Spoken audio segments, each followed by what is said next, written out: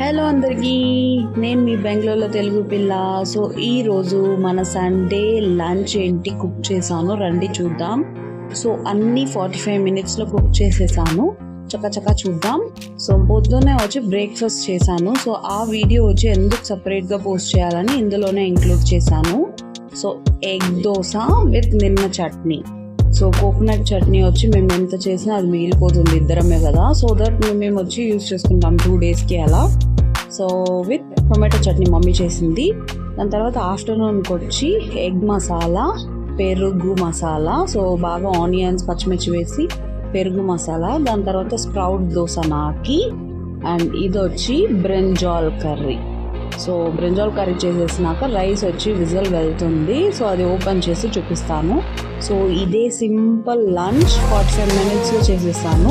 So నేను వచ్చి non veg ఎక్కువ కుక్ చేయనండి, మమ్మీ వాళ్ళ ఇంట్లో వెళ్ళి తినేస్తాం నాన్ వెజ్ కావాలంటే.